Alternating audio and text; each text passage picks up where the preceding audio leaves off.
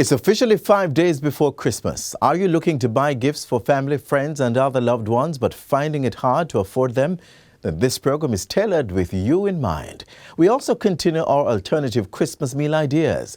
There's a lot lined up for you today, so please stay with us as we share a word of advice followed by the news.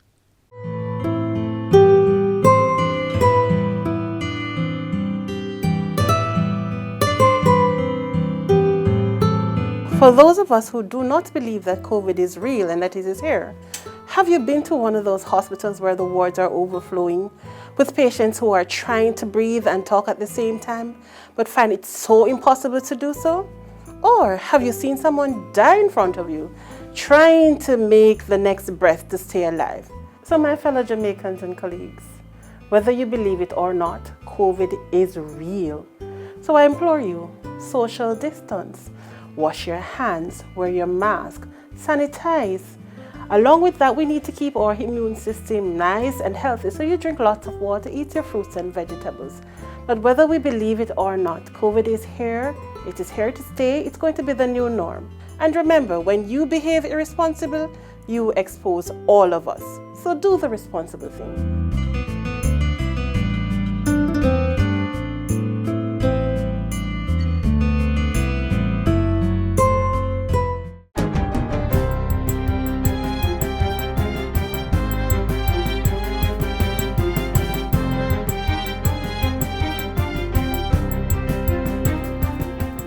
Good day, I'm Stephen McHugh, and this is your JIS News for Monday, December 20, 2021.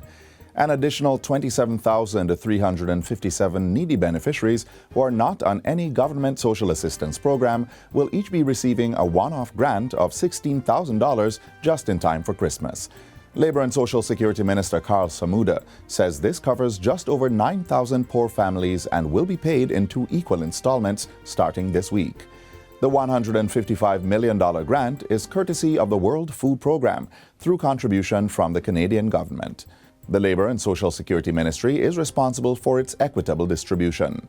The cash transfer distribution is being facilitated by WIPA Jamaica Limited through its network of outlets across the island. The Ministry of National Security continues to provide better working conditions for police officers with the latest opening of the Buff Bay Police Station in Portland. The facility was built under the ministry's Project Rebuild, Overhaul and Construct ROC at a cost of $126 million. The building has a ramp for the disabled, a server room, interview rooms, barrack dormitory and other modern amenities. National Security Minister Horace Chang says government is investing in improving police stations across the island, and over the next 3 years, approximately $14 billion will be spent on police facilities. We are committed to effecting that transformation. We have already effectively dealt with about 101 of those stations. As the move continues to rebuild, renovate and retrofit police stations island-wide, Minister Chang says design work for a new station in Savannah Lamar has been completed and will go to tender. The Senate has passed the Corrections Amendment Act 2021 to facilitate tighter control of prohibited articles being transported in and out of correctional facilities. The legislation was passed without amendments during Friday's sitting. Among the changes is the classification of electronic communication devices and computers as prohibited articles. The bill also introduces a regime for the confiscation, destruction, and disposal of prohibited articles and increases the fines and custodial sentences for existing provisions to make them more of a deterrent. There are also new offenses added to the law. These include having access to, use of, or possession of an electronic communication device or computer in a correctional institution. It is also an offense for inmates to tamper with any electronic communication device or computer, as well as to transmit any data without authorization using an electronic communication device or computer. Minister without portfolio in the Ministry of National Security, Senator Matthew Samuda, says the amendments arose out of a need to address the rapid technological advancements, particularly in communications, which pose a challenge for the country's correctional institutions. This amendment, Mr. President, is critical for the integrity of our security architecture, which is constantly under threat by criminals who are robust in their efforts to challenge the authority of the law and prejudice the safety and security of decent law-abiding citizens of this country. A second government-run shelter for victims of domestic abuse has been opened. Gender Minister Olivia Grange opened the shelter last Wednesday. The facility can house approximately 13 women and their children who will have access to counseling, skills training, employment opportunities, and internet access. Minister Grange says the shelter, which is in a remote location, will focus on housing very high-risk victims of abuse. I scheduled this tour so that I could demonstrate that we are doing something about protecting our women and that we have facilities that are ready to be occupied. So here we have additional facilities. The minister says work to transform a third property into a shelter for victims of domestic abuse continues, and that third shelter is set to open next year. The construction of new health facilities totaling $200 to $236 million is to start in the first quarter of the new fiscal year. The work will form part of government's Health Systems Strengthening Program and the 10-year Strategic Development Plan. In a recent update to Parliament, Health Minister Dr. Christopher Tufton said the infrastructure work would be done over the next 3 years. With designs complete, and we have put some of those designs on the outside for members to see, and budgets committed and now in place, we will go to market for competitive tendering in the first quarter of 2022, that's next calendar year, with the intention to build out begin the build out in the second to third quarter and may even continue over into 2023. Projects slated to start next year include the Spanish Town and Maypen hospitals, as well as the Greater Portmore, St. Jago Park, and Old Harbour health facilities. Under the Health Systems Strengthening Program, 13 health facilities will benefit from upgrades. It is jointly funded by the European Union, Inter-American Development Bank, and the Jamaican government. And finally, government has lifted the travel restrictions placed recently on a number of African countries. The restrictions were imposed on travelers from Botswana, Eswatini, formerly Swaziland, Lesotho, Malawi, Mozambique, Namibia, South Africa, and Zimbabwe. It was done in response to the emergence of the Omicron variant of COVID-19. But as of December 16, both nationals and non-nationals who have traveled to these countries are now allowed entry into Jamaica. And that's it for JIS News Today. I'm Stephen McHugh. Thanks for watching.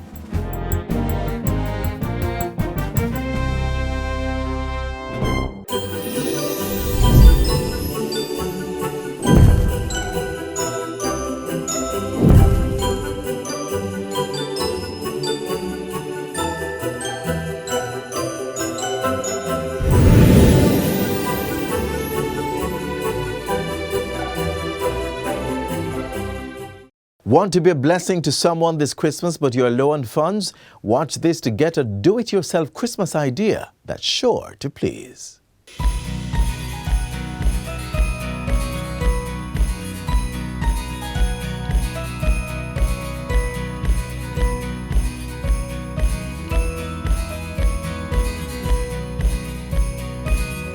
Tis the season for spreading joy and showing our friends and family that we care.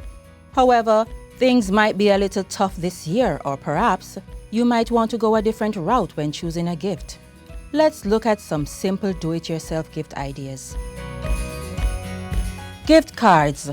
Computers and the internet have made so many things impersonal, or in some cases, downright non-existent. Remember when a celebratory moment wouldn't go by without a card? Let's bring back the gift card. There's nothing like getting a personalized message from a loved one, and with the computer and a little bit of imagination, we can make it happen. A gift from the little Picassos. You know how the children are always doing art projects, sometimes on the newly painted walls of your home?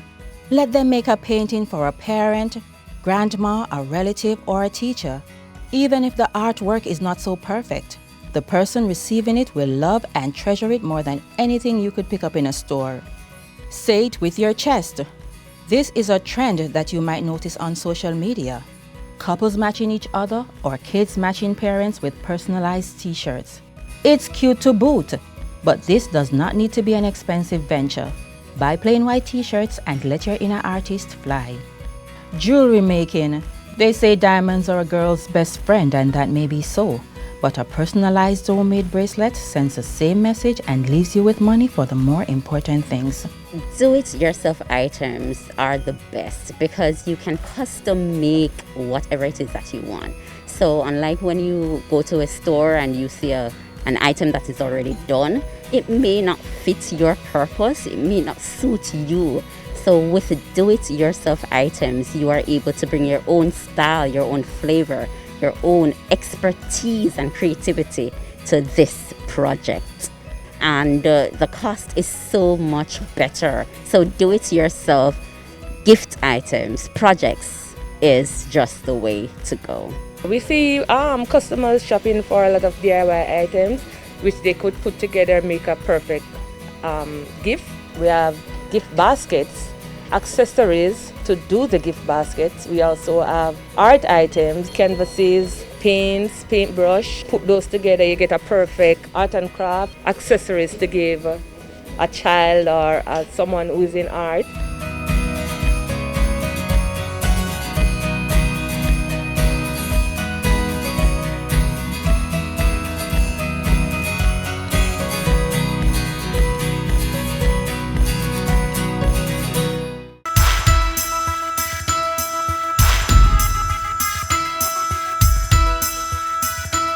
The Christmas trend today has changed a lot from previous times. So previous times you had big markets, there was a lot of home cooking.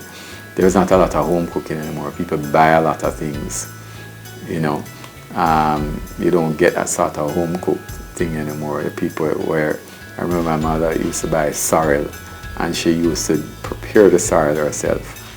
Or you prepare the cake yourself rather than buying the cake now. When my mother used to prepare the cake and prepare everything at home. So that's some of the things that people need to do. They need to look at maybe doing that preparation at home.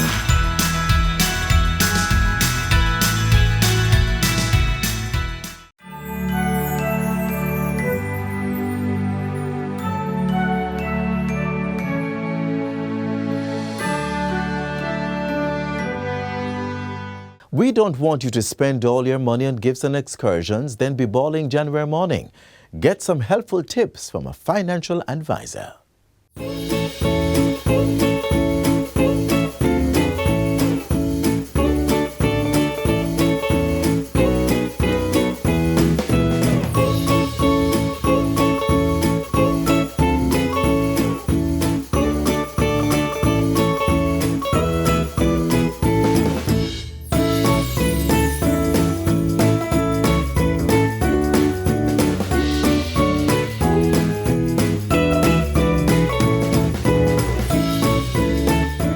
For many people, Christmas is dazzling lights, decorations, festivities, an abundance of food, gift giving, and excessive spending. But there is an old saying, one day feasting, next day fasting. And unfortunately, if you are not mindful of how you spend during the season, when January rolls around, you may find yourself unable to pay your bills and in some cases, literally starving. Do you want to be one of those people? Of course not. So the smart thing to do is to create a budget and stay within it. Some of the things you can do to stay in budget for this Christmas is to first make a list. Make sure that list includes everything that you'd want to do this Christmas. So not just buying gifts. I think we tend to only think about gifts when we're making our Christmas list. But definitely include things like home decor. A lot of us want to refresh our place, change out Christmas decor that we had last year, and also include things like food. So a lot of us will have friends and family coming over. Definitely make a budget for the ham, the drinks, the cake, and so it will overall just be your Christmas budget, your ideal Christmas budget. It's extremely important to stay in budget this season. You don't want 2022 to catch you deeper in debt, and then create just that financial and emotional stress that comes with being in a position where you can't afford certain things because you have to be clearing off the credit card debt from Christmas. So it also just generates to your emotional well-being of the importance of really sticking within budget and making sure that you're making room for things like savings, major goals that you have next year that you may have had to put off because you overspent for Christmas. So you definitely want to ensure that you're still able to save for those unexpected occurrences and also to prepare for the major goals that you might have for 2022, like home purchasing, getting insurance, very important, investing, and just preparing for probably that next step in your child's life. And for those people who tell themselves that tomorrow is not promised, so they're living for now? Tomorrow is going to come. And if it's not going to affect you, it will affect somebody close to you. So I'd always say, make sure whatever you're spending this season, you are taking into account what is going to happen in 2022. It's going to come, and as I said, if it doesn't come for you, it's going to affect your family if you didn't make the right financial decisions today. So, as you work on your Christmas list, separate your wants from your needs and focus on the essentials. Most people have a to-do list. Today, we will introduce you to the not-to-do list. Tips, tricks, and strategies to help you live within your means and recognize your financial constraints. Gift giving. For some people, it's not Christmas if there are no gifts. However, if you can't afford it, then there is no obligation to give. Admit this to yourself and make it known to those with outstretched palms. Traveling. That trip that you did not save for can always wait. Yes, the lockdown measures have relaxed a bit, but that's no reason to spend money that you don't really have. Plan a staycation, it's cheaper. Keeping up with the Joneses. This phrase is not new by any means, nevertheless, it needs to be said. Keeping up with people on social media, especially in the age that we're living now, you want to do so much, and sometimes it's just beyond your income and your capacity to do so. So I would say definitely stay in your lane, focus on your income, what you want your Christmas to look like, and don't compare it with anyone else's. And don't feel like you need to go overboard for the persons that you love and spend beyond what you're able to do. People who love you will just appreciate what you give them, especially if it's something that you put a lot of thought and time into. Check yourself emotionally. A lot of overspending comes because, especially during a pandemic, some of us might be feeling down emotionally, just depressed, and we turn to retail to make ourselves feel better. But we know what can happen with that. It just now creates this cycle because you now feel depressed because of the debt that you're in. So I would say definitely check yourself. Make sure that you're not spending from an emotional standpoint and that you're not spending because of impulse. So as I said, make that list and check it twice and check yourself as well.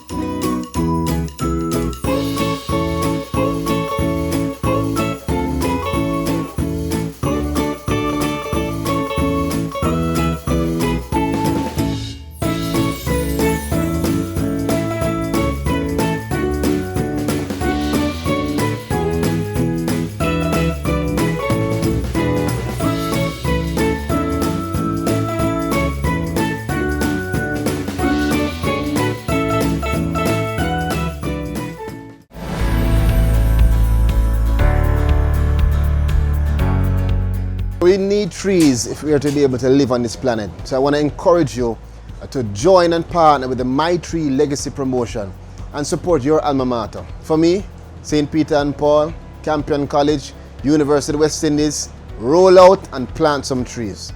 Register your alma mater for the Forestry Department's My Tree Legacy Promotion and be a part of the preservation of Jamaica, land we love. Let us highlight your contribution. Submit videos or pictures of you leaving your mark. Every tree counts. Plant a tree today and keep climate change away.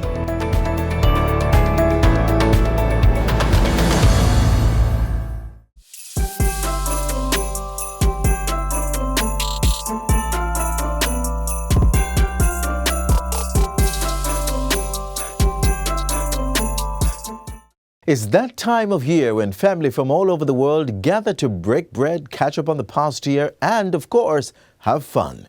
This celebration is tied together with food, so we've prepared a meal idea for the vegetarian in the bunch.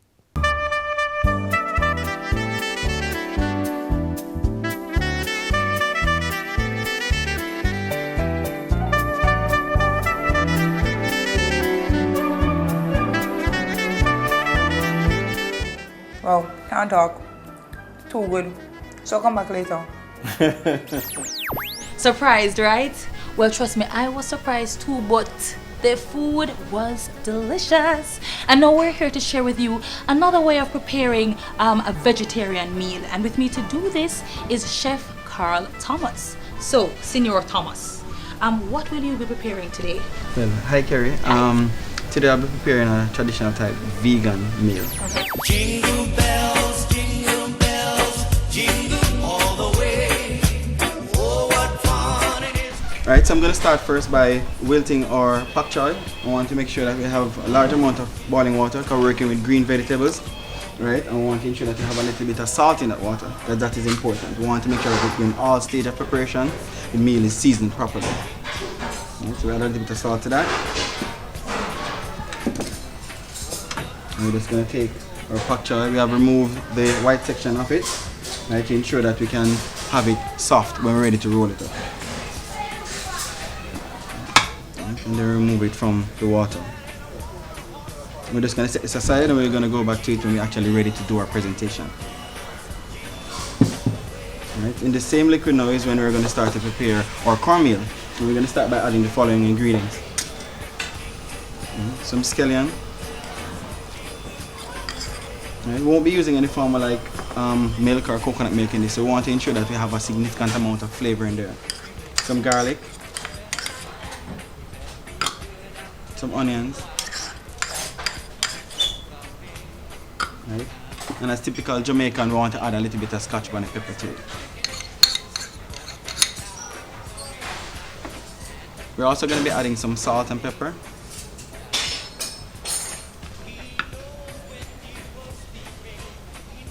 And we're now going to be adding our cornmeal.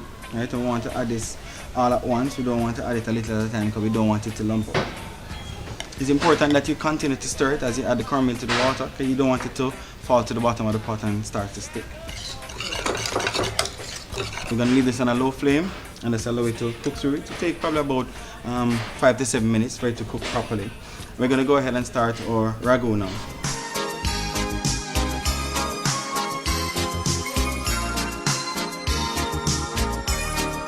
So we're going to be starting with some olive oil. Just a small amount. I want to ensure that whatever that you're preparing, it doesn't stick to the bottom of the pan. At the same time, we're also using a non-stick pan. So we're adding some garlic, some onions, and a little bit of hot pepper.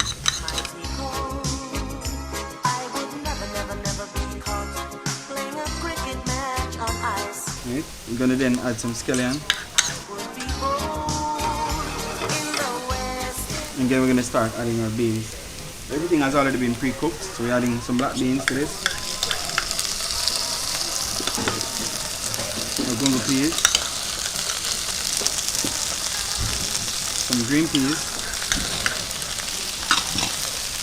Some red kidney beans. And some sweet corn, or whole kernel corn.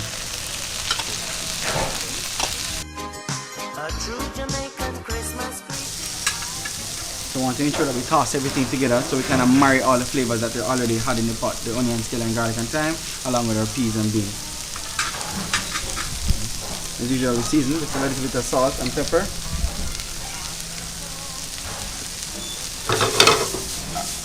And just to kind of bring all the flavors together, I'm going to tip a little bit, about 1 ounce of water in the pot. And then we're going to be adding our tomato sauce to this. Some fresh thyme.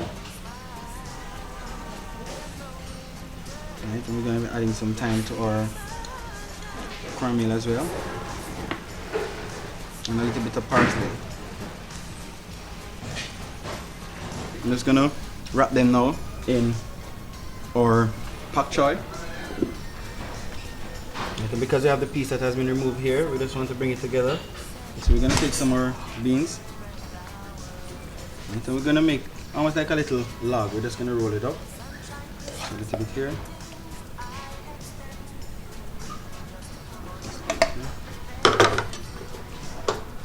Right. And then starting from this end, we're just going to put the pak choy over it. And just like a little cigar. Where cool breezes blow, catch the festive spirit sweet instead of catching a cold out in. What I really like is the fact that you use local products. Yes. And seasonal food, the Definitely. gungo peas and so on. Because it's Really. traditional around about Christmas time, so you want to incorporate that as well. Okay, thank you so much again. Pleasure's Bless you. mine. Thanks for I'm having going me. to now go and feast. Okay, is that allowed? Yes, definitely. All right, so I'll see you. I can't wait to taste the polenta. You know that's stunt corn meal, right? I can't wait to taste it. And especially the ragu, the peas and the beans mixed in that rich tomato sauce. I think it's going to be delicious. Just by the looks of it, it's colorful. Woo! There it is. Thank you so much. Can you see it? Right, so I'm going to dig in. But before I do, listen, you go ahead. Try your hand at different things in the kitchen, right? Create different flavors and aromas. And have yourself a wonderful, fabulous, but healthy Jamaican Christmas. At Christmas, Jamaican style. In the West, every Christmas. The Disabilities Act will protect the rights of all persons with disabilities. And here's a great teaching moment. Every person with a disability, like a deaf or hard of hearing child, for example, has the right to an education with accessible facilities and the support they need. In this case, it would be a teacher who can use the language of the deaf, which is sign language. Visit jcpdja.com. A message from the JCPD, an agency of the Ministry of Labour and Social Security.